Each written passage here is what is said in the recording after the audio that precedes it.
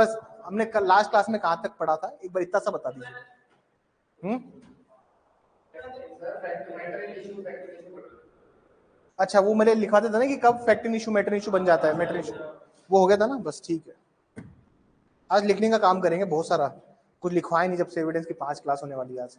चलिए लिखना स्टार्ट कीजिए। कुछ समझाने का तो नहीं है, बस एक बार वो देख लेता हूँ, बस फिर लिखवाने स्टार्ट करता हूँ।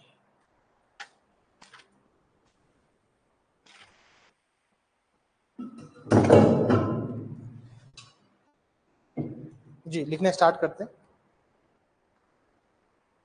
देखिए 3-4 लेक्चर्स हम लोग यूट्यूब पे अभी अपलोड कर दिए हमने, और शायद ये भी अपलोड हो जाएंगे।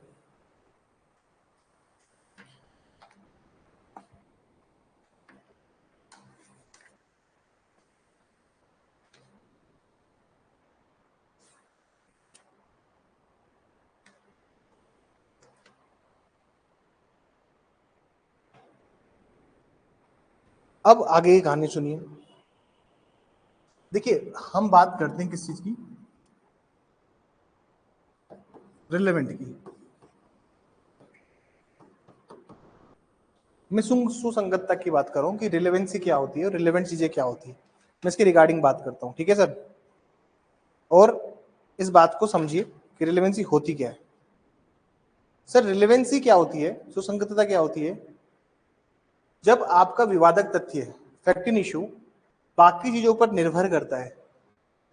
जैसे मर्डर हुआ है, वहां से वेपन, वहां से फुटप्रिंट, फिंगरप्रिंट, आपकी जो बैलिस्टिक रिपोर्ट, ये सब रिपोर्ट्स क्या होती है सर, रिलेवेंसी होती है, ये सब सुसंगतता होती है। सेक्शन 165 क्या बोलता है उसको भी थोड़ा सा सुनेंगे। सर 165 ऐसे कहता है, 165 ऐसे कहता है कि जब भी कोई जजमेंट आता है, जब भी कोई जजमेंट होता है तो जजमेंट 2 चीजों पे बेस्ड होता है। मतलब जजमेंट के अंदर 2 चीजें तो होनी चाहिए। अगर निर्णय आप दे रहे हो तो निर्णय में 2 चीजें होनी चाहिए। सेक्शन 165 का प्रोवाइजो देखिए सर, इसका परंतुक देखिएगा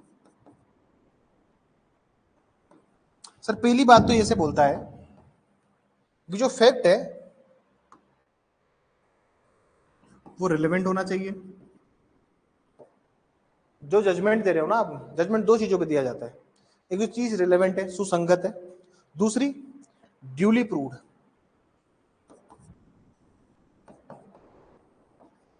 जब तक कोई चीज ये ना हो आप जजमेंट नहीं दे सकते। तो रिलेवेंसी का इतना बड़ा योगदान होता है कि अगर कोई चीज रिलेवेंट नहीं है तो आप उस पर जजमेंट नहीं दे सकते। बात समझ में आ रही है? बात समझ में आई आप लोगों को? अगर कोई भी चीज अगर रिलेवेंट नहीं है you can not give judgment. और जजमेंट बहुत ऐसी किसी भी चीज पे, आज ही जजमेंट राइटिंग क्लास हुई है दिन में, जब फोन आया था आपका उसमें जजमेंट राइटिंग क्लास चल रही थी। जजमेंट जो होता है सर वो तभी दिया जाता है जब चीज रिलेवेंट हो। Unless the thing is relevant, लिखिए इसमें, इसमें लिखेंगे अपन,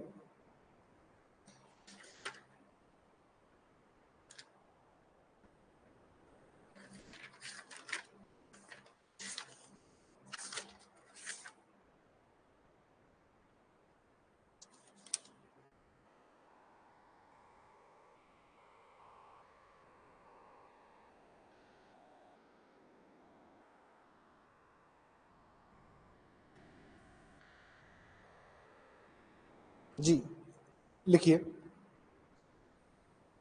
धारा 165, धारा 165, धारा 165 एक विशेष प्रावधान है, एक विशेष प्रावधान है, डायरेक्ट दिखाना। धारा 165 एक विशेष प्रावधान है जो कि न्यायालय को न्यायालय को जो कि न्यायालय को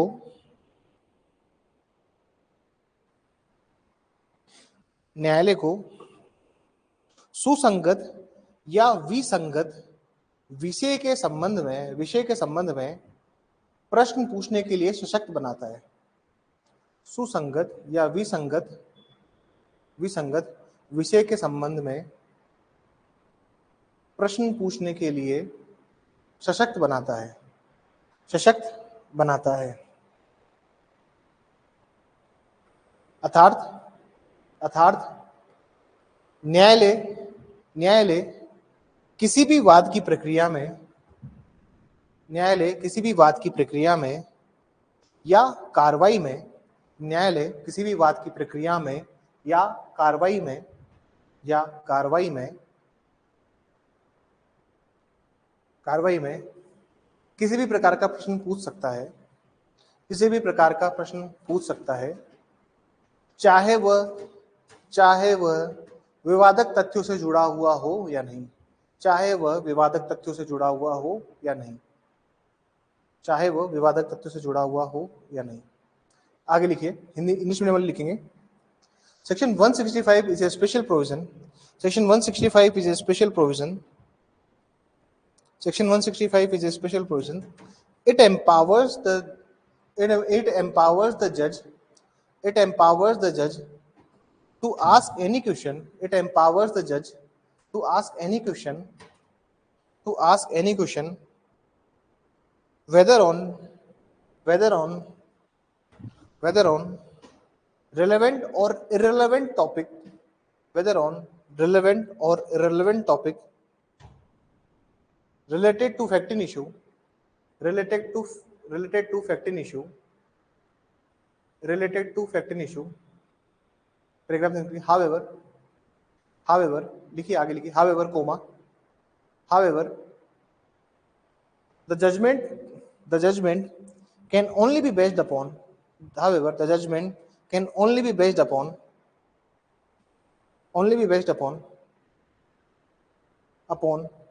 facts declared by this act, facts declared by this act, relevant and duly proved, relevant and duly proved.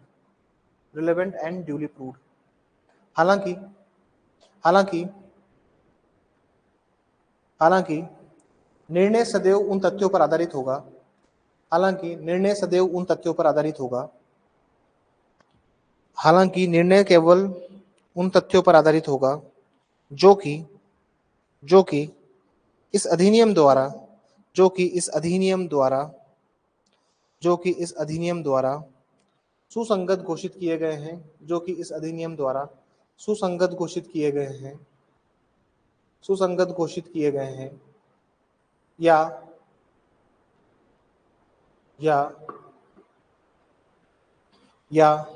न्यायालय के समक्ष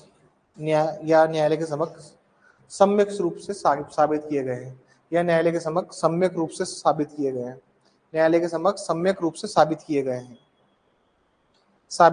हैं। आज हम संतोष कुमार सिंह को थोड़ा सा पढ़ते हैं और रिलेवेंसी की कुछ बात करते हैं। रिलेवेंसी क्या होता है? आज ही जजमेंट राइटिंग क्लास हुई अपनी आरएस मेंस की, और उसमें मैं अप्रेजल ऑफ एविडेंसेस के बारे में बता रहा था कि साक्ष्य का कैसे आप चयन करते हो, कौन से साक्ष्य आप तथ्यों से लेते हो। आज वही आपको मैं इस क्लास में समझाऊंगा, ठीक है, कि एविडेंस का अप्रेजल कैसे किया जाता है जजमेंट लिखते टाइम, ठीक है। फैक्ट्स ध्यान से सुनना और ध्यान से समझना, एक लाइन एक कहानी की तरह सुनना। केस का नाम है Santosh Kumar Singh versus state through CBI.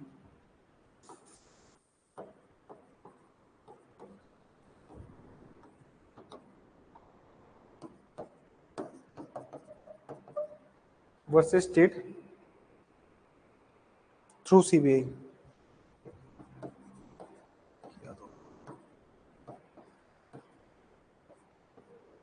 Through CBI 2010 supreme court.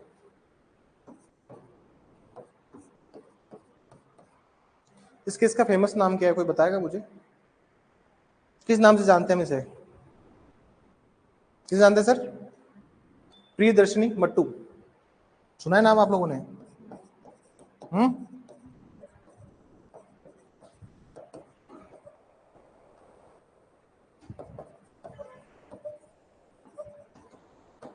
Priyadarshini Mattu मटर के सुना है नाम? मतलब बताया हुआ क्लास में मैंने, केस समझाया हुआ है, ऐसे फैक्ट्स बताया मैं इसके एक बार वहां पूरा पहले। चलिए अच्छी बात है। दोबारा सुन लीजिए इस केस को। आज इसके सारे फैक्ट्स एविडेंसेस हम निकालते हैं, ठीक है ना। अब फैक्ट्स सुनिए इस क्लास के, और बस सुनिएगा आज, ठीक है ना। मैं लिखवाऊंगा फिर क्योंकि मैं सोच रहा हूँ एक बार रिलेवेंसी वाला पार्ट खत्म हो जाए तो फिर मैं लिखवाने का काम स्टार्ट करूँ। देखिए हमने सबसे पहले वो टॉपिक उठाया जिसमें लिखवाने का बहुत कम काम है, समझने का बहुत ज्यादा। कौन सा उठाया है? स्टार्टिंग के 5, 6, 7, 8 यहाँ से स्टार्ट करें ना एविडेंस को। ये टफ पोर्शन है एविडेंस का, अमूमन यहाँ से स्टार्ट नहीं करता कोई भी एविडेंस पढ़ाते वक्त, लेकिन मैं करता हूँ, ठीक है ना। बाकी का पता नहीं, कोई करे ना करे, लेकिन सर मैं करता हूँ स्टार्ट। थोड़ा सा आराम से बैठ के पूरी कहानी सुनाना चाहता हूँ आपको। नहीं मीडिया ट्रायल नहीं है रितिका, मीडिया ट्रायल नहीं है, मीडिया ट्रायल संबंधित नहीं है रितिका। अरे मीडिया ट्रायल कहाँ होता था उस टाइम पे? सुनिए अब क्या हुआ था इस केस में।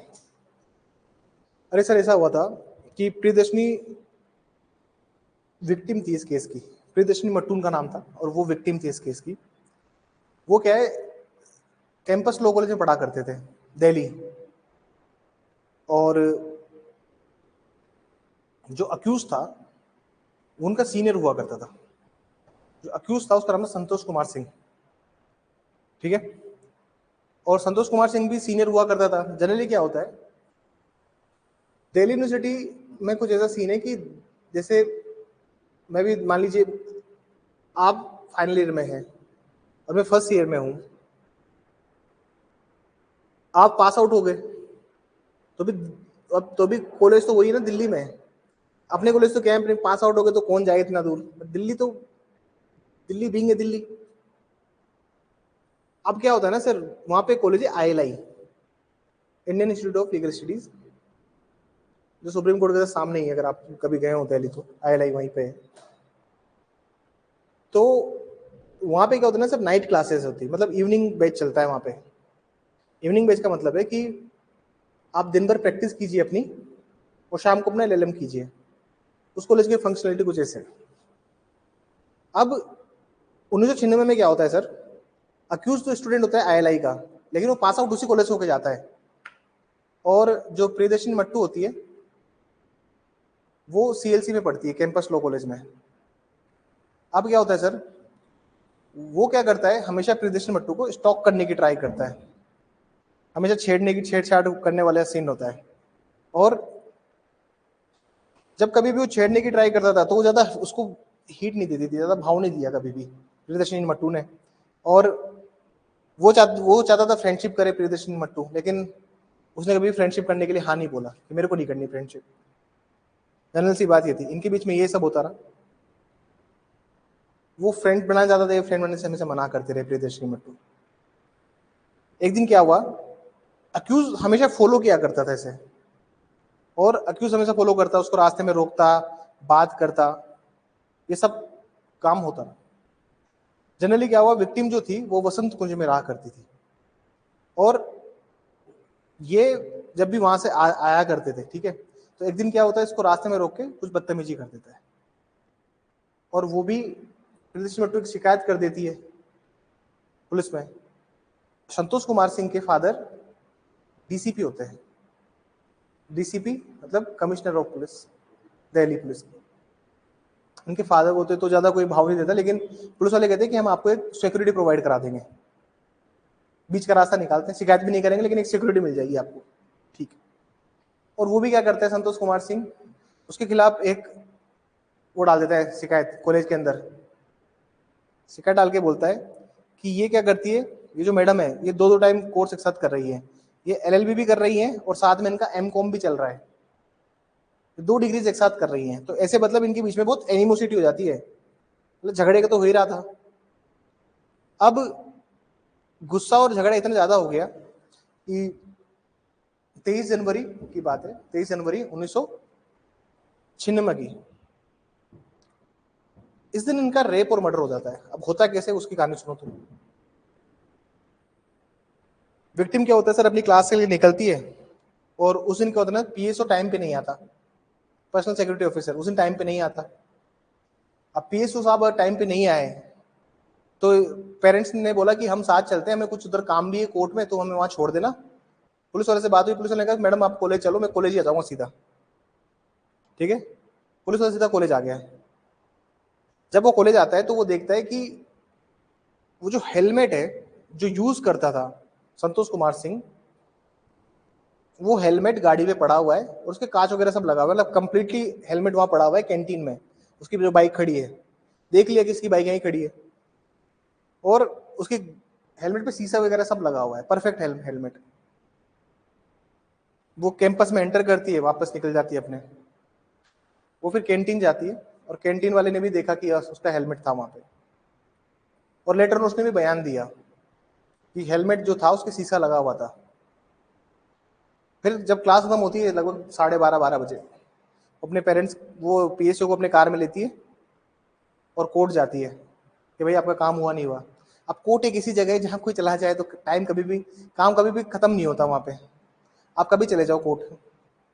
अब तो एडवोकेट ही, अब तो वहाँ जाने का जाना ही है वहाँ तो, लेकिन जनरली आप कभी भी कोर्ट जाइए, वहाँ पे कभी भी आपका काम खत्म नहीं होगा, हमेशा कुछ ना कुछ काम आपका चलता ही रहेगा। There is a problem with functionality of courts. उसके पेरेंट्स बोलते कि बेटा काम तो पूरा नहीं हुआ, आप जाइए घर। वो कहती है ठीक है। पीएसओ भी साथ ही रहता है, पीएसओ देखता है कि वो गाड़ी से फॉलो कर रहा है संतोष कुमार सिंह, लेकिन कुछ टाइम बाद फॉलो करना बंद कर देता है। लगभग ये समझ लीजिए आप 1:45-2 बजे करीबन घर आ जाते हैं। माँ बाप अभी भी कोर्ट में ही है, वापस घर आ जाते हैं। पीएसओ बोलता है कि मैडम मैं जाता हूँ, शाम को 4:30-5 बजे तक आ जाऊंगा। वो बोलते ठीक है आप जाइए, शाम को आ जाना। ठीक है, शाम को 4:15 बजे सर्वेंट अपने, जो उनके घर में डॉगी होता है, उसको, एक छोटा पेट होता है, उसको बाहर थोड़ा वॉक के लिए लेके जाता है, और 4:55 पे सर्वेंट वापस आता है। तो वो देखता है कि आगे वाला जो गेट था उधर से लगा हुआ, लेकिन पीछे वाला जो गेट है ना, घर के पीछे जो गेट जाता है वो खुला हुआ है, और टेलीफोन की वायर नहीं, हीटर होता था उस टाइम, सर्दी का टाइम था ना ये, तो अपने जो हीटर आते हैं, अरे ऐसे वाले हीटर आते हैं ना, ऐसे वाले उनकी जाली होती है स्प्रिंग, उससे गेम और कर रखा था, मतलब उससे मर्डर हो रखा था, और कपड़े थोड़े फटे से हुए थे। अब प्रूव एविडेंसेस क्या है हमारे पास, जो रिलेवेंट भी हैं। बाद में, उसके बाद में कहानी और सुनिए। बाद में जब वो कॉलोनी छोड़ के जा रहा था 4:50 के अराउंड, तो उसको 1-2 लोगों ने सपोर्ट किया कॉलोनी में जाने से पहले। बाद में वो क्या करता है सर, बाद में 5:30 बजे पुलिस वाला आता है, तो देखता है कि उसको तो डेथ हो चुकी है, प्रियदर्शनी मट्टू की, और वो ये भी देखता है कि वहाँ पे इलेक्ट्रिक वायर है, और जो भी चीज़ है वहाँ पे, हेलमेट के जो टुकड़े थे, हेलमेट में कांच होता है ना सर, उस वाइजर के टुकड़े भी वहीं टूटे हुए पड़े थे। मतलब संघर्ष हुआ था दोनों के बीच में। अब ये क्या करता है सर, 6 बजे क्लास होती है, अब 5:30 निकलेगा, तो हमने ट्रैफिक से आप देख लो, सुप्रीम कोर्ट अपने यहाँ पे आता है, खोज खास के पास में। सुप्रीम कोर्ट अगर जाना है आपको, तो पूरा वसंत कुंज से लगभग 45-50 मिनट लगता है, शाम का टाइम ट्रैफिक होता था। अब उस टाइम ट्रैफिक भी नहीं होता होगा, तो भी 1 घंटे में पहुंचना तो मतलब पॉसिबल नहीं है। तो वो क्या करता है सर,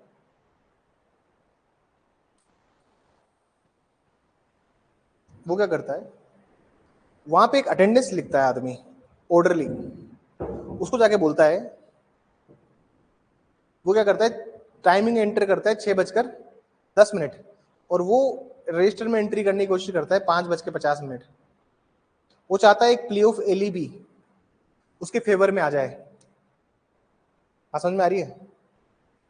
ये कुछ फैक्ट्स थे, अब हम इसका अप्रेजल करते हैं एविडेंसेस का। पहला फैक्ट, एविडेंस ऐसे काम करता है। अब मैंने बता दिया आपको कि जजमेंट जो होगा ना सर, वो किस पे बेस्ड होगा, रिलेवेंट फैक्ट पे, जो कि क्या होंगे सर, ड्यूली प्रूव होंगे ना। चलो सेक्शन 7 एलिमेंट बोलो, सेक्शन 7 के एलिमेंट्स बोलो। ओकेशन, कोज, इफेक्ट, है ना। हाउ सर, क्या क्या है सर, बताना एक बार देख के।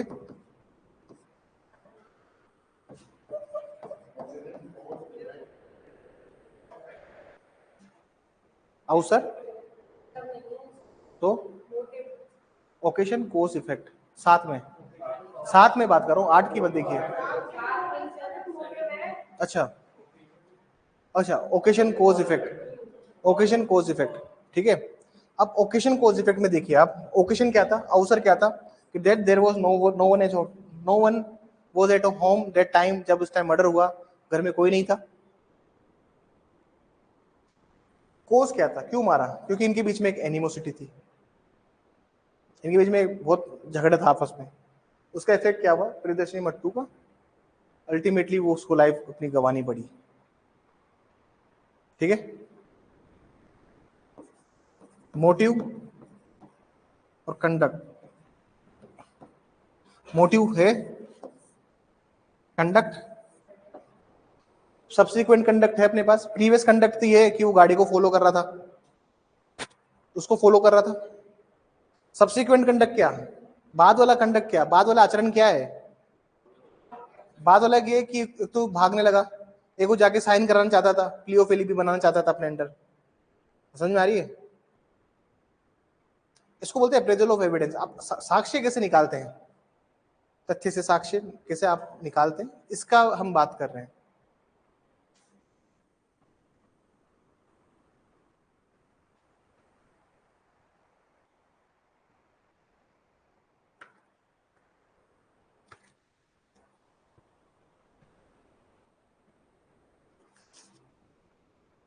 ओकेजन कोज इफेक्ट साथ ही तो है, आप लोग 8 को बता रहे थे। साथ ही तो है, हाँ ठीक है ठीक है ठीक है। मे बी सम वेव्स जो है वो सही से नहीं गई कान में, वो 8 वाले में चली गई। तो जनरली क्या होता है, आप हर चीज से निकालते हैं। एक और सेक्शन हम पढ़ेंगे आने वाली क्लासेस में, इसको तुम ध्यान से पढ़ लेना। अब सेक्शन 6-7 की नींव रख रहा हूँ अभी मैं, आने वाले जो सेक्शन हो रहे हैं। अब सेक्शन 6 क्या होता है, सेम ट्रांजेक्शन, इसकी हम बात करते हैं। सेम ट्रांजेक्शन का मतलब होता है, सेम ट्रांजेक्शन का जनरली मतलब जो होता है कि उस प्रकार संसक्त है कि वो ऐसे सम व्यवहार के भाग हैं। मतलब क्या होता है सेम ट्रांजेक्शन का, जिसको हम रेस जेस्टे भी कहते हैं, रेस गेस्टे भी कहते हैं। क्या है same transaction? Same transaction sir यहाँ पे ये है कि वो एक सीरीज ऑफ इवेंट होता है जो कि अनइंटरप्टेड है। मतलब ऐसा कोई इवेंट जो बिना किसी रोक टोक के हुआ है, वो एक सेम ट्रांजेक्शन है। एविडेंस एक्ट को इतना खूबसूरती तरीके से बनाया गया है कि कोई भी फैक्ट अगर वो हल्का सा भी रिलेटेड है फैक्ट इन इशू के साथ, कोई सा भी तथ्य अगर वो हल्का सा भी जुड़ा हुआ है विवादक तथ्य के साथ में, तो वो ऑटोमेटिकली सेक्शन 6 के अंदर रिलेवेंट हो जाता है।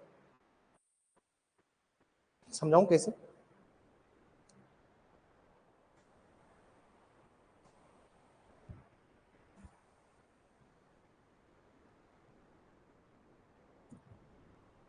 एग्जाम्पल देता हूं। मान लीजिए एक लड़का किसी को बहुत परेशान करता है, किसी की बहन है वो, है ना, एक लड़की को बहुत परेशान करता है, जहां जाए चौराहे पे जाए, वहां जाए, जाए बहुत परेशान करता है। एक दिन लड़की परेशान होकर अपने भाई को बोल देती है ये बात, भैया वो लड़के ने चौराहे पे घर से बाहर निकलना ही मुश्किल कर रखा है। उसके भाई उसको जाके बोल के आया कि तमीज से रहे, कायदे से रहे, फायदे में रहेगा टाइप। लेकिन उसके ऊपर कोई फर्क नहीं पड़ा। एक दिन क्या होता है सर, वो अपनी बहन को स्कूल छोड़ने जा रहा था, और जैसे छोड़ते हुए आता है वो अपने 3 दोस्तों के साथ में उसको गोली मार देता है वहीं। उसकी बहन को कोई बताने आता है स्कूल में कि तेरे भाई को गोली मार दी अभी जस्ट बाहर, अब वो जो छोड़ के गए ना उनको गोली मार दी। उसकी बहन भाग के जाती है, भाई को उठाती है, भाई तो वहीं खत्म थे। ऑटो लेती है, भाई को ऑटो में रखाती है, सीधा पुलिस स्टेशन। ये जो सारा इवेंट हुआ ये अनइंटरप्टेड है, मतलब इसमें किसी की भी दखल अंदाजी नहीं है, ये पूरे साथ एक साथ हुआ है। इसको बोलते हैं सेम रेस जस्ट। पूरे एक सेम ट्रांजेक्शन में चीजें हो रही है। ये सेक्शन 6 की ट्रांजेक्शन है। बात समझ में आ रही है? सेक्शन 6 तो यहां पे भी रेस जस्ट है या नहीं है? वो डॉग को घुमाने के लिए बाहर लेके गया, पीछे से वो आया मार के, वो भाग रहा है, उसको लोग देख रहे हैं, वो जा रहा है, फिर पुलिस वाला आ रहा है 5:30 बजे, 6:10 पे उसको बोलते हैं कि चल फाल्स एंट्री कर। क्या ये सेम ट्रांजेक्शन नहीं है? क्या सारे ट्रांजेक्शन सेम नहीं हो रहे हैं? क्या कोई भी चीज इंटरप्टेड है बीच में? पढ़िए एक बार सेक्शन 6। लो पढ़िए एक बार सेक्शन 6 पढ़िए। मेरा ब्रेक शायद ऊपर ही गया आज।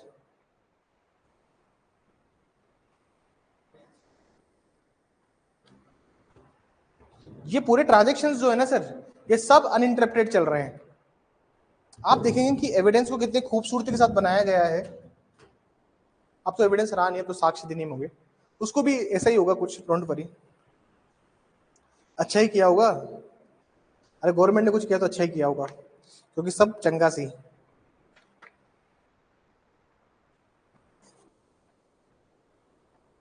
ये कानून प्रकाशन कितने साल पुराना है?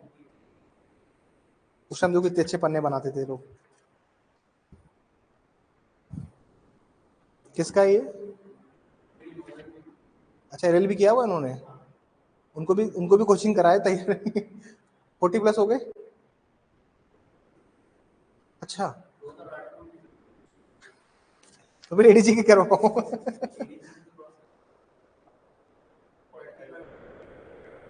अच्छा, एडीजी की 45 तक है। छोड़िए, चलो ठीक है, मैं तो अपना सोच रहा था कहीं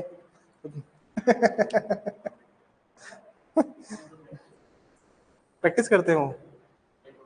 बहुत अच्छा, बहुत अच्छा। ठीक है, सेक्शन 6 समझ में आया। उसमें लिखा हुआ है, आप उसकी लैंग्वेज पढ़ेंगे तो उसमें देखेंगे, जो तथ्य विवादक न होते हुए भी किसी विवादक तथ्य उस प्रकार सह सकते हैं कि वह एक ही सम व्यवहार के भाग है। किसके भाग है सर? एक ही सम व्यवहार के भाग है, मतलब वो पार्ट है सेम ट्रांजेक्शन के, एक ही सम व्यवहार के भाग है। वे तथ्य सुसंगत हैं, चाहे वे उसी समय या विभिन्न स्थान पर हुए। अब विभिन्न स्थान पे हुए थे नहीं हुए थे, बताओ, उसकी बहन तो अंदर चली गई थी, बताओ पुलिस वाला था वहां पे जब गोली लगी, लेकिन पुलिस वाले ने देखा था ना कि he was there despite of time और प्लेस। जगह भी अलग थी, पुलिस वाला तो अपने घर होगा उस टाइम पे, लेकिन डिस्पाइट ऑफ एनी फैक्ट उसने देखी ये चीज, डिस्पाइट ऑफ इवेंट, टाइम, हर चीज मैनेज हो गई ना सेक्शन 6 में। अब सेक्शन 6 को कुछ इस तरह से बनाया गया है कि जो फैक्ट रिलेवेंट नहीं होता वो भी रिलेवेंट बन जाता है अल्टीमेटली आके। बात समझ में आ रही है? ये इतना स्ट्रॉन्गली इसको बनाया गया। एक तो सेक्शन 6 और सेक्शन 11, सेक्शन 11 भी देख लीजिए एक बार।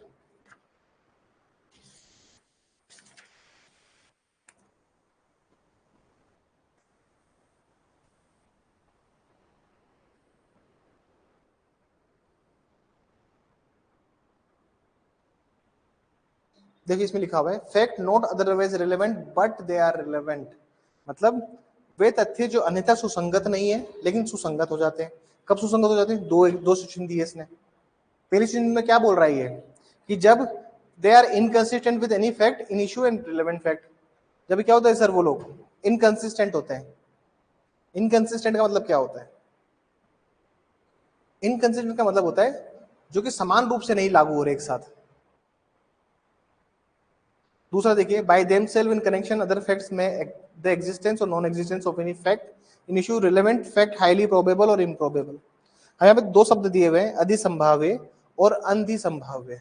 ये क्या होते हैं शब्द, ये समझिए। हाईली प्रोबेबल और इम्प्रोबेबल क्या है, इसको भी समझिए। रिलेवेंसी के अंदर ये क्यों मैं बता रहा हूँ आपको, क्योंकि रिलेवेंसी का स्कोप ये दोनों सेक्शन बढ़ा देते हैं, सेक्शन 6 और सेक्शन 11, ये रिलेवेंसी के स्कोप को बड़ा कर देते हैं। जैसे जैसे 11 बजकर अजमेरी गेट पे, 11 बजे सुबह के अजमेरी गेट पे एक मर्डर होता है सर।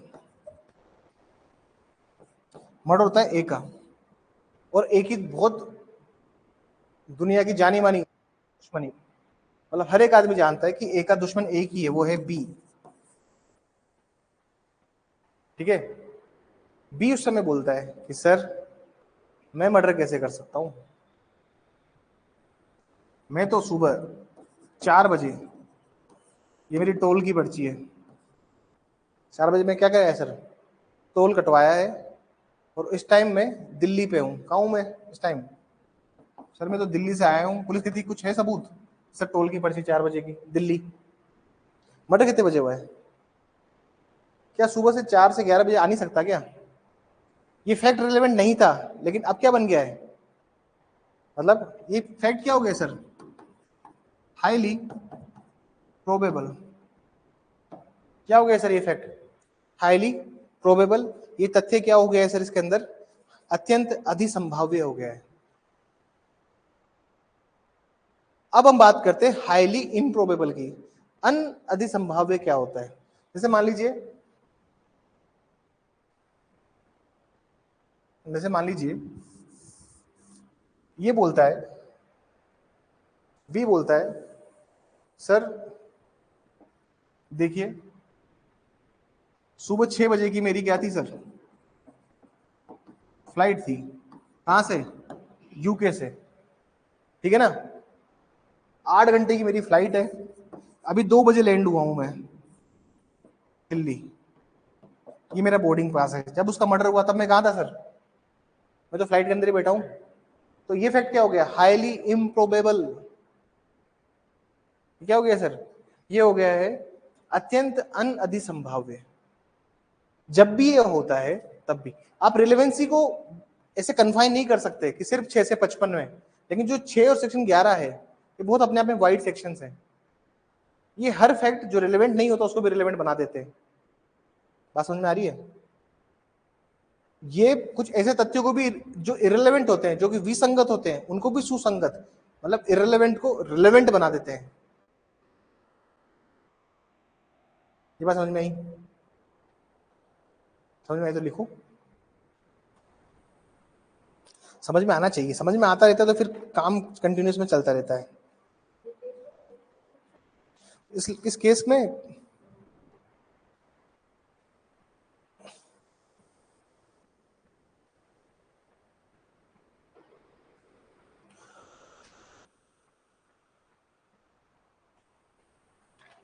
केस में लिखाऊंगा आपको।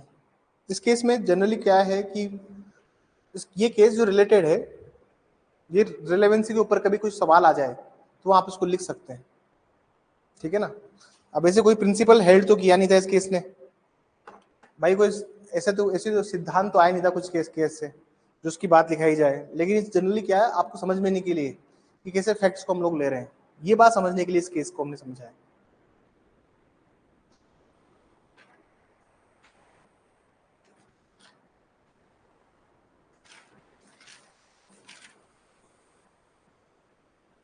डेफिनेशन हो गई कि अपनी पूरी? किसकी बची हुई डेफिनेशन?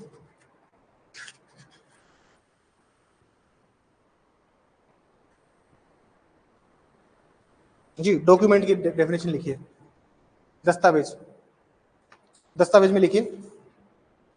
दस्तावेज से,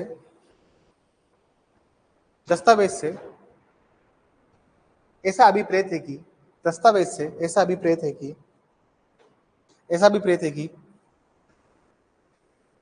ऐसा अभिप्रेत है कि किसी पदार्थ पर, किसी पदार्थ पर अक्षरों, किसी पदार्थ पर अक्षरों कोमा अंकों, किसी पदार्थ पर अक्षरों कोमा अंकों,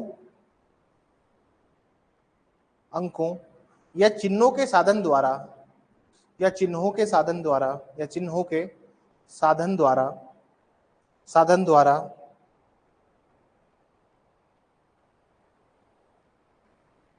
या एक से अधिक साधन को, या एक से अधिक साधन को, या एक से अधिक साधन को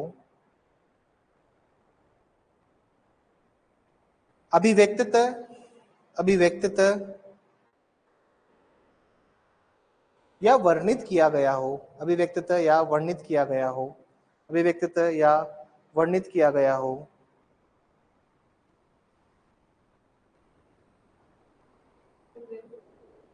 या वर्णित किया गया हो, जो उस अभिलेखन के प्रयोजन से, जो उस अभिलेखन के प्रयोजन से, जो उस अभिलेखन के प्रयोजन से,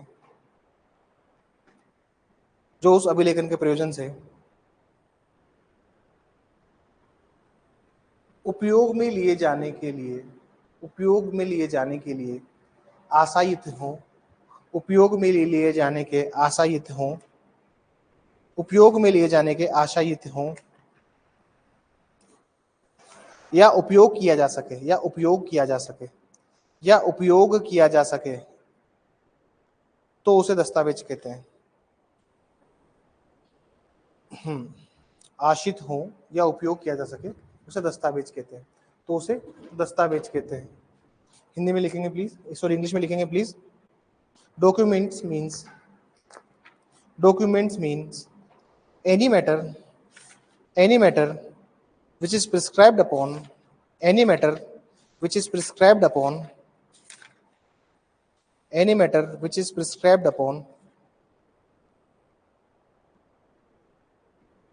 any matter which is described upon any substance by means of letters by means of letters comma figures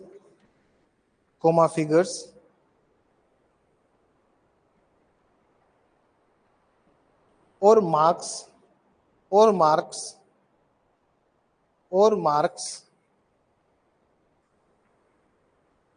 which is to be used or intended to be used which is to be used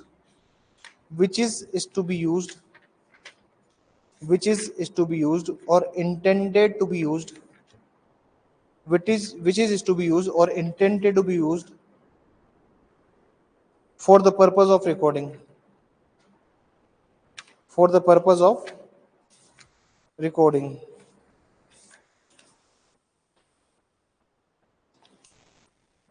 for the purpose of recording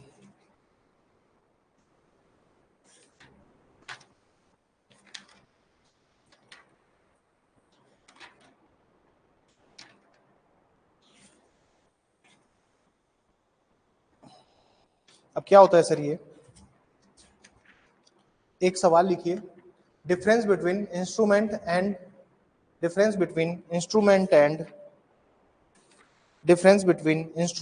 and document. कौन बताएगा मुझे? लिखत व दस्तावेज के अंतर, लिखत व दस्तावेज के मध्य अंतर, लिखत व दस्तावेज के मध्य अंतर, लिखत व दस्तावेज के मध्य अंतर। बताइए मुझे क्या डिफरेंस होता है इंस्ट्रूमेंट और डॉक्यूमेंट में? डॉक्यूमेंट तो कुछ भी हो सकता है ना सर, मैं एक चीज ढूंढ रहा था मुझे मिली नहीं, कोई बात नहीं। डॉक्यूमेंट और कहाँ डिफाइन किया हुआ है इसके अलावा? आईपीसी में भी डिफाइन किया है, ठीक है। देखिए डॉक्यूमेंट क्या होता है जनरली उसको समझिए सर, कोई भी चीज हम जो लिख रहे हैं किसी भी चीज के ऊपर वो डॉक्यूमेंट है, कोई भी चीज हो सकती है वो, आप कहीं भी लिखिए एक डॉक्यूमेंट है। मान लीजिए इस पेन पे कुछ लिखा हुआ है तो ये भी एक डॉक्यूमेंट है, ठीक है ना। हर चीज जिस पे कुछ ना कुछ लिखा हुआ है वो एक डॉक्यूमेंट है। ये एसी का रिमोट है, इसके पीछे कुछ लिखा हुआ है तो ये भी एक डॉक्यूमेंट है। किसी भी चीज के ऊपर कुछ भी चीज लिख देना एक डॉक्यूमेंट बना देता है उसे। आप देखोगे पत्थर के ऊपर भी लिखा रहता है तो वो भी एक दस्तावेज ही है, ठीक है। होते ना शिलालेख के ऊपर लिखा रहता है तो वो भी एक डॉक्यूमेंट है। डॉक्यूमेंट कुछ भी हो सकता है, डॉक्यूमेंट सिर्फ इससे कन्फाइन नहीं है। लेकिन इंस्ट्रूमेंट क्या होता है, लिखत क्या होता है, आप बताइए, आप पढ़े हुए हो ना उससे सारे? हाँ तो बताइए क्या होता है। हाँ जी आप पढ़े हुए हो मुझसे ना, क्या होता है इंस्ट्रूमेंट और डॉक्यूमेंट में अंतर? कोई भी दस्तावेज जो आपको कोई भी अधिकार दे या कर्तव्य के बारे में बताए, कोई भी डॉक्यूमेंट जो राइट्स और ड्यूटीज के बारे में बताता है वो क्या कहलाता है? इंस्ट्रूमेंट, लिखत। याद करो लिखतों की परिशुद्धि लिखवाया था ना वहां पे, और इंडियन स्टाम्प एक्ट उसमें भी इसकी डेफिनेशन दी हुई है, ठीक है। एक लाइन लिख लीजिए इसमें, एक लाइन लिख लीजिए। Instrument means any document which prescribe the rights and duties of parties, any document which prescribe the rights and duties of parties, which prescribe the rights and duties of parties, which prescribe the rights and duties of parties। लिखतों से आशय है कि वह दस्तावेज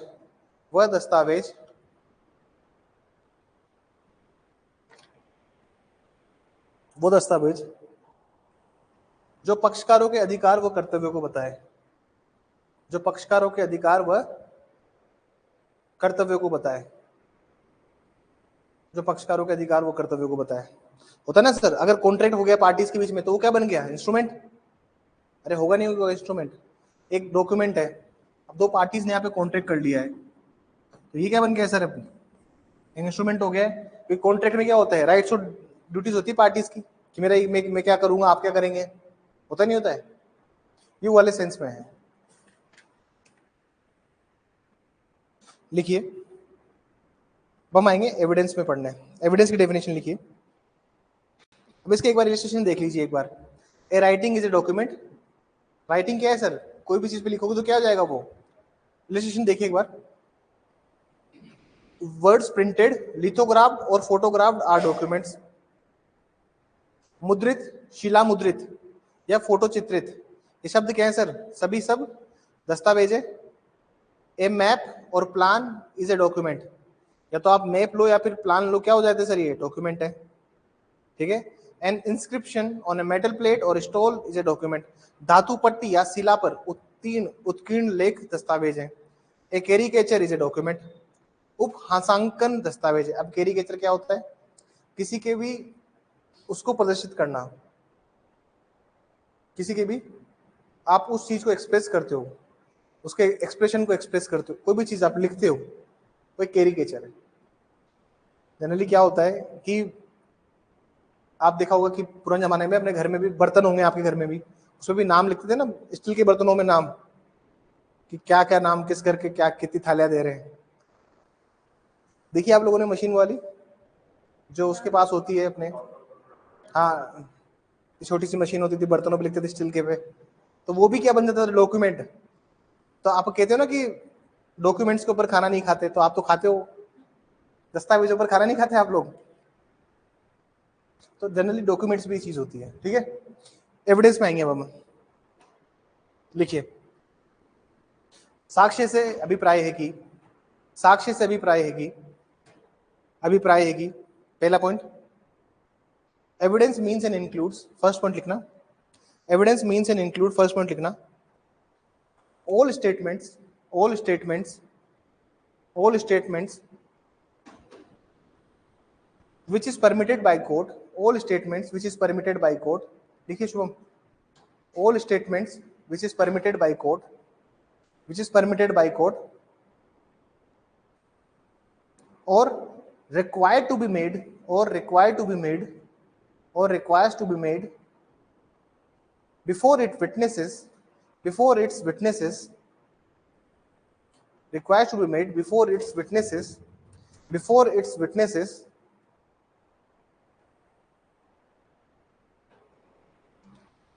in relation to such fact, in relation to such fact, in relation to such fact, in relation to such fact,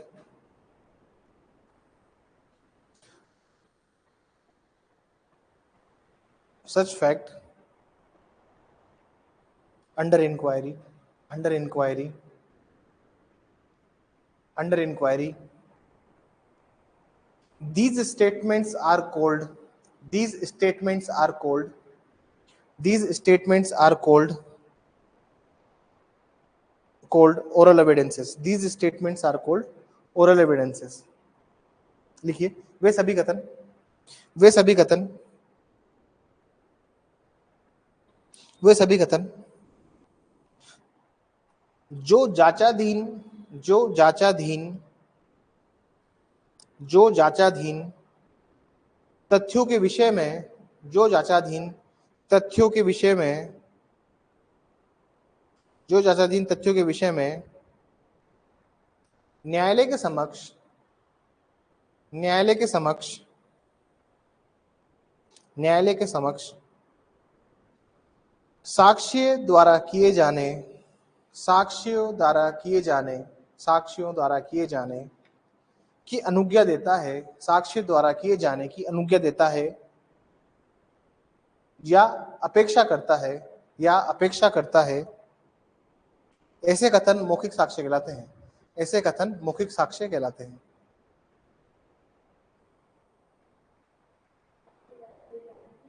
अपेक्षा करता है, ऐसे कथन मौखिक साक्ष्य कहलाते हैं।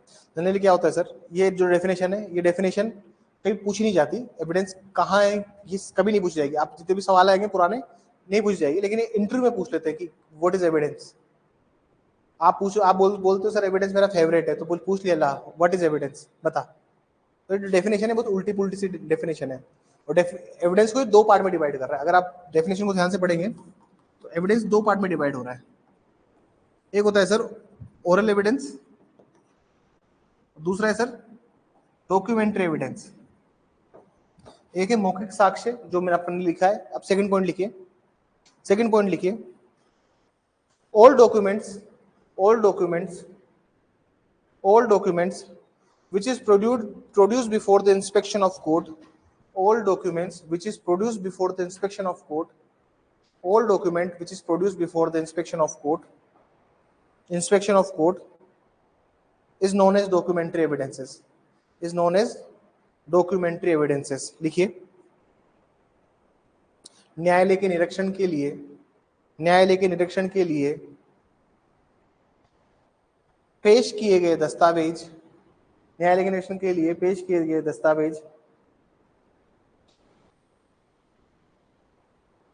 दस्तावेजी साक्ष्य कहलाए जाते हैं, दस्तावेजी साक्ष्य कहलाए जाते हैं, दस्तावेजी साक्ष्य कहलाए जाते हैं।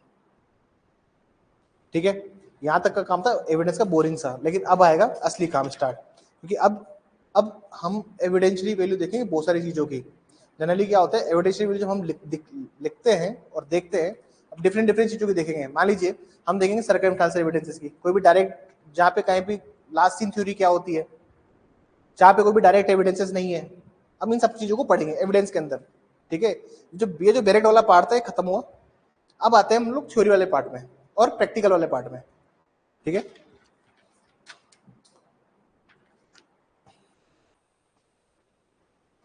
लिखिए, FIR is not a substantive piece of evidence, FIR is not a substantive piece of evidence.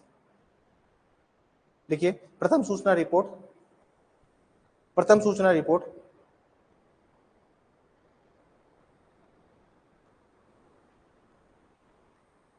प्रथम सूचना रिपोर्ट कोई सारवान साक्ष्य नहीं है, प्रथम सूचना रिपोर्ट कोई सारवान साक्ष्य नहीं है, प्रथम सूचना रिपोर्ट कोई सारवान साक्ष्य नहीं है।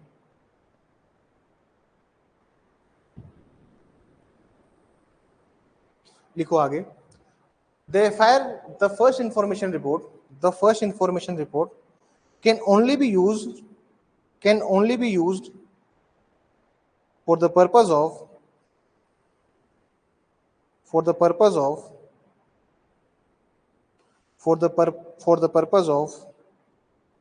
corroboration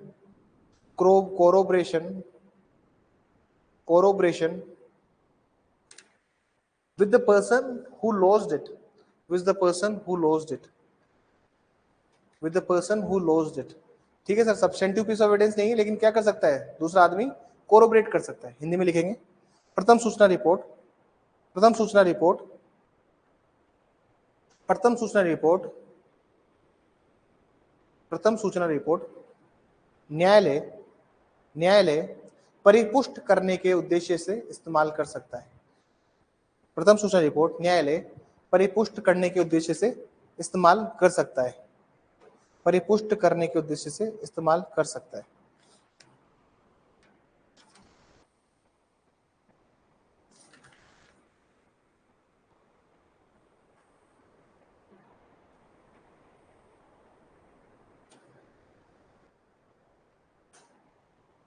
अब देखिए, अब एविडेंसेस को बहुत सारे पार्ट्स में डिवाइड किया गया है।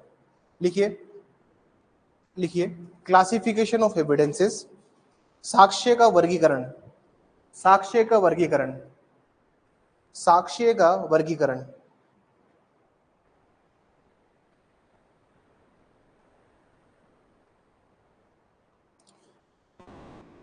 लिखिए, डायरेक्ट एंड सर्कमस्टांशियल एविडेंसेस, पहला लिखिए डायरेक्ट एंड सर्कमस्टांशियल एविडेंसेस, प्रत्यक्ष और परिस्थितिजन्य साक्ष्य, प्रत्यक्ष और परिस्थितिजन्य साक्ष्य, circumstantial evidences.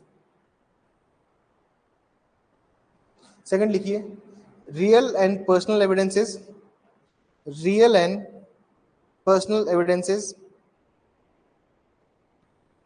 Real and personal evidences, वास्तविक और व्यक्तिगत साक्ष्य, वास्तविक और व्यक्तिगत साक्ष्य। थर्ड लिखिए, original and unoriginal evidences, original and unoriginal evidences, original and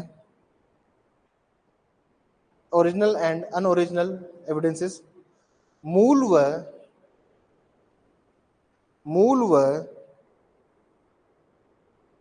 गैर मूल साक्ष्य, मूल मूल व गैर मूल साक्ष्य। चौथा लिखिए substantive and non substantive evidences, substantive and non substantive evidences. Sarwan व गैर सारवान साक्ष्य, सारवान व गैर सारवान साक्ष्य।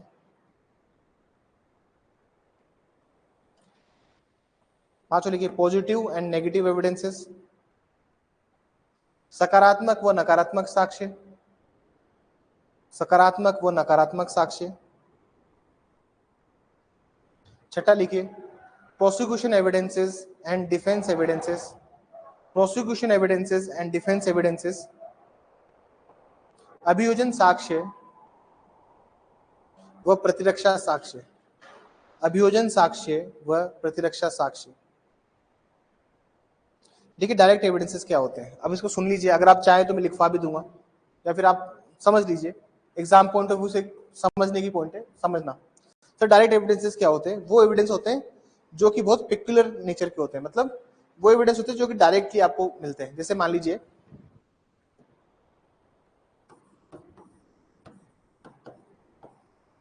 ठीक है, एक है सर बी को मारा था, इसने इसको इसको 3 राउंड पिस्टल से शूट कर दिया, 3 राउंड मार दिए ए ने बी को, 3 राउंड 3 बार गोली चला के।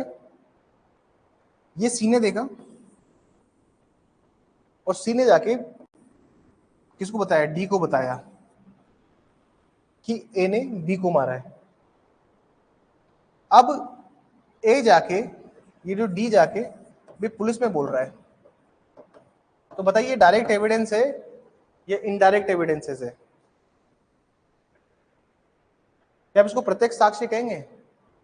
ये डायरेक्ट एविडेंस है? नहीं है। डायरेक्ट एविडेंस है क्या?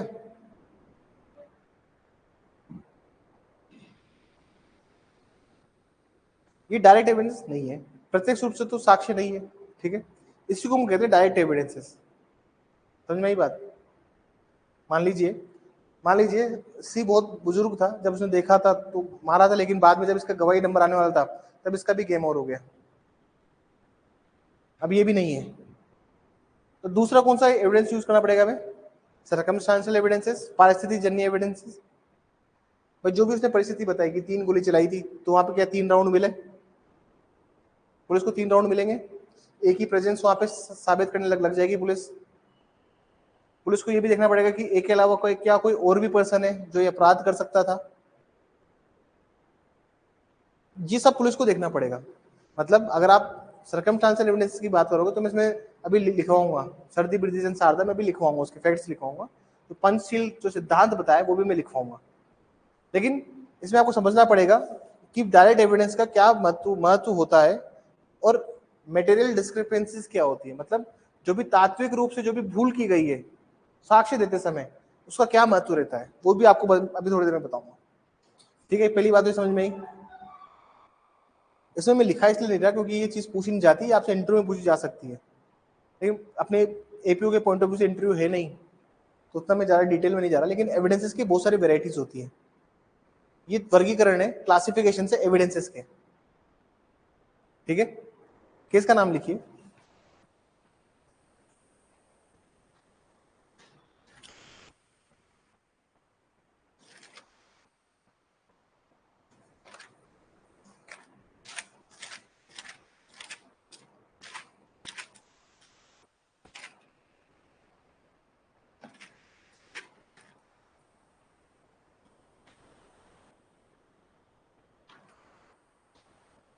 किसका नाम लिखिए? शरद बिरदीचंद शारदा।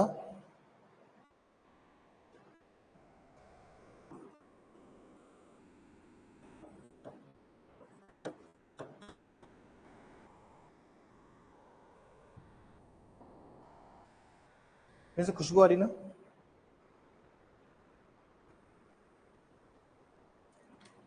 कचौरी की हो सकती है शायद, है ना? इंस्टीट्यूट ऑफ महाराष्ट्र, है ना?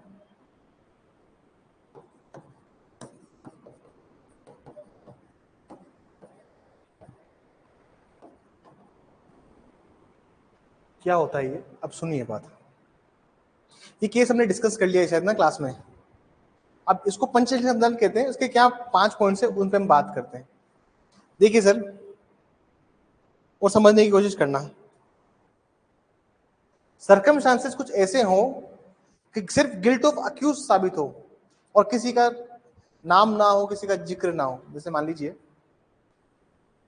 एक शहर में जाके, मान लीजिए राजस्थान का एक आदमी था, एक बहुत ही सज्जन नेक पुरुष, बहुत बढ़िया आदमी, बॉम्बे में जाके जॉब करता था। बॉम्बे में किसी से कोई बात नहीं करता था और सबसे बहुत अच्छा व्यवहार भी रखता था। किसी का भी ना पैसा उधार था, ना किसी से कोई झगड़ा था, ना कोई चीज थी। इसके ऑफिस में एक बॉस था इसका, बी, ठीक है। एक दिन इनकी किसी बात को लेके कहा सुनी हो गई, एक दूसरे को मरने मारने की धमकी दे दी दोनों ने, ठीक है ना। नेक्स्ट डे एक ही डेड बॉडी मिलती है,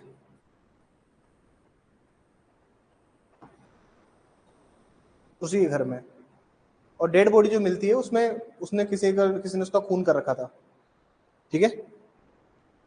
अब सवाल ये है और पॉइंट ये है कि वो सर्कमस्टांशियल एविडेंसेस क्या हैं, परिस्थिति जन्य साक्ष्य क्या है। मान लीजिए डायरेक्ट एविडेंस अगर नहीं है तो कैसे कोर्ट डिटरमाइन करेगा। तो पहला सिद्धांत लिखिए, पहला सिद्धांत लिखिए circumstances fully satisfied the guilt of accused. Circumstances fully satisfied the guilt of accused.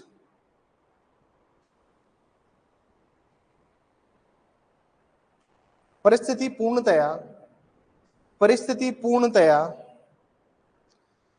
पूर्णतया अपराधी को दोषी साबित करे। कौन? परिस्थिति पूर्णतया अपराधी को दोषी साबित करे। सेकंड पॉइंट लिखिए,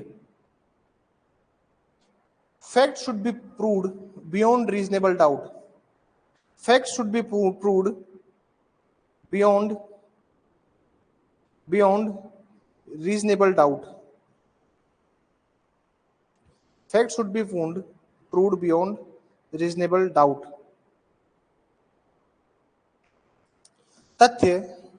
तथ्य उचित संदेह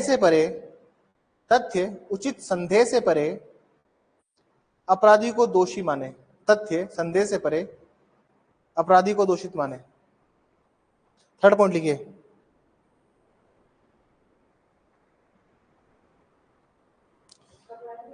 दोषी माने। Fact should be consistent with the hypothesis of guilt of accused. Fact should be consistent with the hypothesis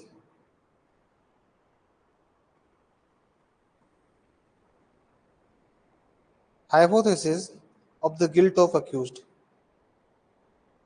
तथ्य पूर्णतया अपराधी को दोषी ठहराने वाली परिकल्पना के अनुकूल हो। तथ्य पूर्णतया अपराधी को दोषी ठहराने वाली परिकल्पना के अनुरूप हो। तीन हो गई ना सर, चौथा लिखिए, facts proved must be conclusive in nature. Facts proved must be conclusive in nature. जो भी तथ्य साबित किए गए हैं वो निश्चयात्मक रूप से साबित किए जाएं। जो भी तथ्य साबित किए गए हैं वो निश्चयात्मक रूप से साबित किए जाएं। जो भी तथ्य साबित किए गए वो निश्चयात्मक रूप से साबित किए जाएं। वो कंक्लूसिव होने चाहिए। भाई जितने फैक्ट्स हैं तुम्हारे पास वो तो तुम अच्छे से साबित करो। मैं भी इस पे डिस्कस करूंगा 5 पॉइंट्स पे। Circumstantial exclude any other theory. Circumstantial exclude any other theory.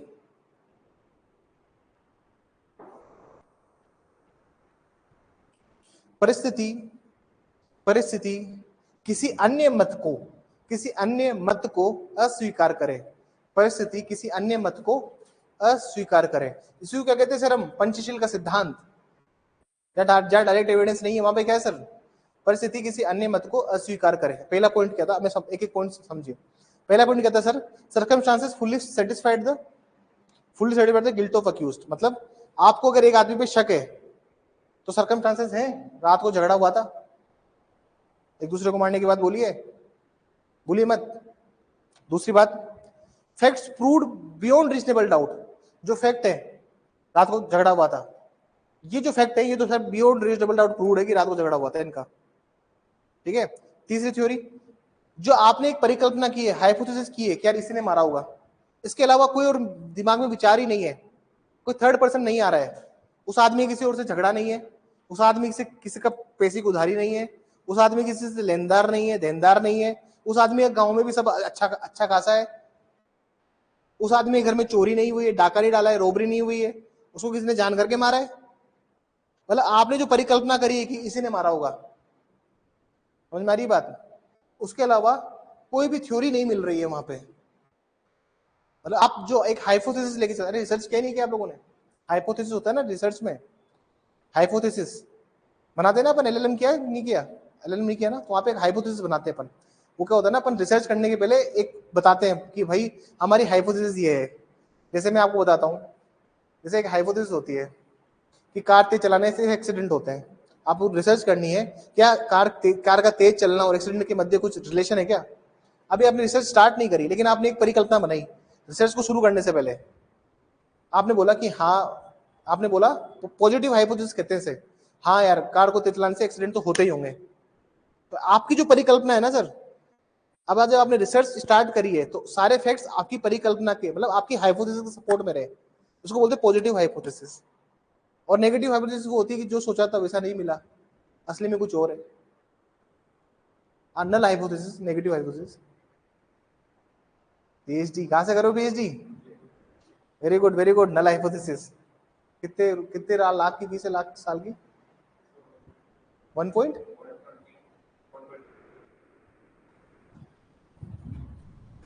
तो मेरे को बैठ जाने दीजिए। मेरे 15-16 महीने की फीस कोई बच्चा ज्यादा बताता है। जैन पर पीएचडी का क्या करने का है? प्रोफेसर बनना है? सबसे बेस्ट है वकालत। तुम्हारे फैमिली में एडवोकेट है ना, तो then go for advocacy, litigation, you will do miracles over there. तो तुम चमत्कार करोगे वहां।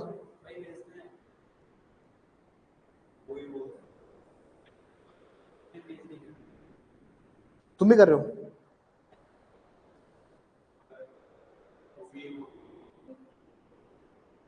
There is some problem in Rajasthan with respect to litigation. यहाँ पे पैसा नहीं देते लोग। अच्छा,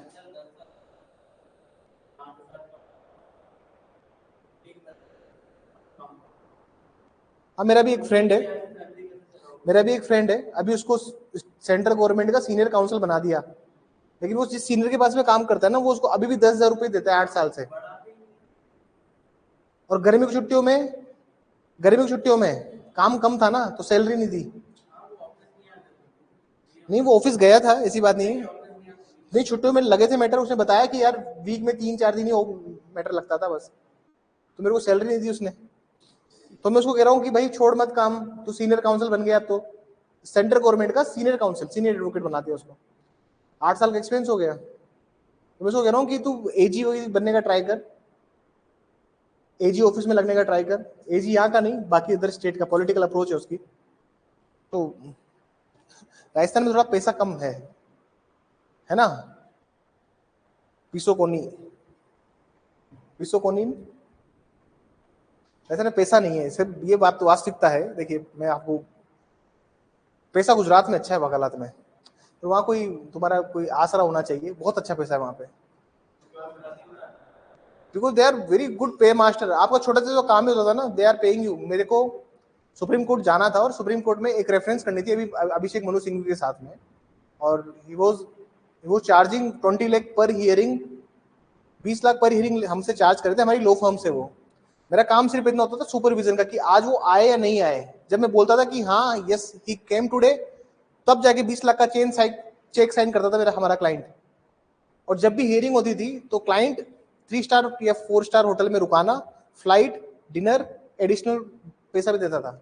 अरे भाई वो 20 लाख दे रहा है एक दिन का, आपके ऊपर अगर उसने 30-40 हजार रुपये उड़ा दी तो उसको क्या फर्क पड़ गया? हाँ आप बताइए, आपका काम क्या है? सुबह जाना है बस, दिन भर सुप्रीम कोर्ट में तो दिन भर केसेस सुनता रहता था कि क्या चल रहे हैं मैटर्स, और सारे एडवोकेट से निकलते थे, अभिषेक मनु सिंघवी, कपिल सिब्बल, सारे आ रहे हैं जा रहे हैं। तो आपको लगता है कि हाँ वो अच्छी लाइफ है, लेकिन अल्टीमेट हैप्पीनेस अपने होम टाउन में मिलती है। देखो मैं आपको बताऊं, I worked in more than 5 states, various law firms, corporate, सब लाइफ देखी है मैंने कि जो खुशी छोटे काम भले से छोटा होगा लेकिन अच्छा आपको खुशी देके जाएगा। और रियल हैप्पीनेस जो होती है ना, परसूट ऑफ हैप्पीनेस, अपने घर में होती है। वरना मैं ईडी खराब था क्या? ईडी में 5 साल नौकरी करता, रिजाइन करके अपना किसी लो फर्म, लूथरा या फिर अमर ये ज्वाइन कर लेता मैं किसी अच्छे लो फर्म को, टीयर 1 को, अमरचल मंगलदास को ज्वाइन कर लेता, साइरस अमरचल मंगलदास को ज्वाइन कर लेता। नहीं किया। सब नहीं करना है, लॉन्ग टर्म गोल ही नहीं है लाइफ में। पढ़ा के खुशी मिलती है, और तुम लोगों को पढ़ के खुशी मिलती है और मुझे खुशी मिलती है। तो सर थर्ड थ्योरी तो हो गई कि कोई भी हाइपोथेसिस नहीं होनी चाहिए, कोई भी परिकल्पना से इर्द गिर्द ना जाए। चौथी थ्योरी क्या है कि सर जो फैक्ट्स प्रूव है ना सर, वो कंक्लूसिव होने चाहिए। कंक्लूसिव मतलब बिल्कुल निश्चय बात है। पांचवी थ्योरी क्या बोलती है? पांच थ्योरी ये कहती है कि जो सर्कमस्टांसेस हैं वो किसी और थ्योरी को एक्सक्लूड करती है, किसी दूसरे मत या दूसरी परिकल्पना को वर्जित करती है। ठीक है ना? पांचवा जो रूल है, मतलब कोई और मत नहीं हो सकता उसके अलावा। बात समझ में आई? सर्कमस्टांस एविडेंसेस किस तरह से कार्य करते हैं ये समझ में आया? एक केस लिखिए, Devilal Bapulal versus state of Rajasthan, लिखिए।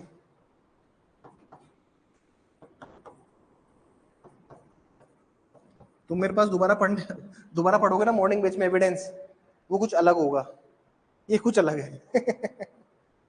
एक सब्जेक्ट 10 तरीकों से पढ़ाया जा सकता है,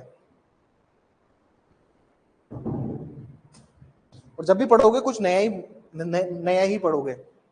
Devilal Bapulal versus state of Rajasthan.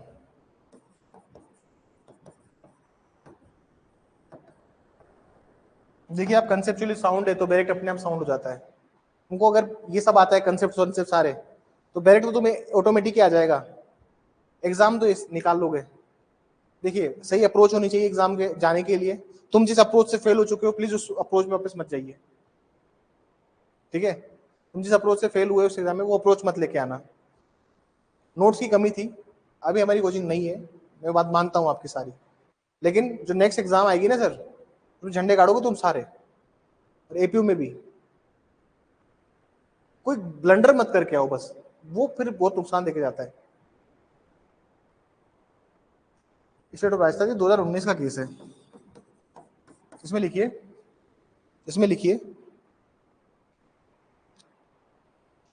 the aim of prosecution the aim of prosecution to elevates the case from may be true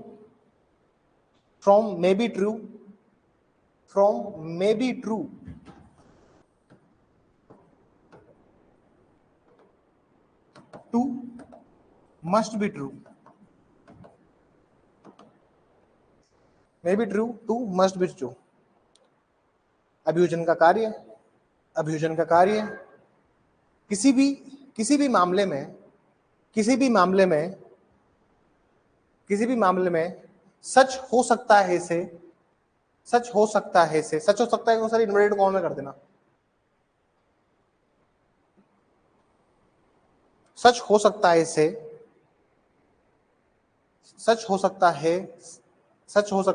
inverted comma करना, सच हो सकता है से सच होगा सच होगा, सच होगा, सच होगा, सच होगा को भी इन्वर्टेड कॉमा करना, वाला कार्य, वाला कार्य होना चाहिए, वाला कार्य होना चाहिए। अभी इसमें यही काम होना चाहिए, सच हो सकता है इसे सच होगा, ठीक है ना सर।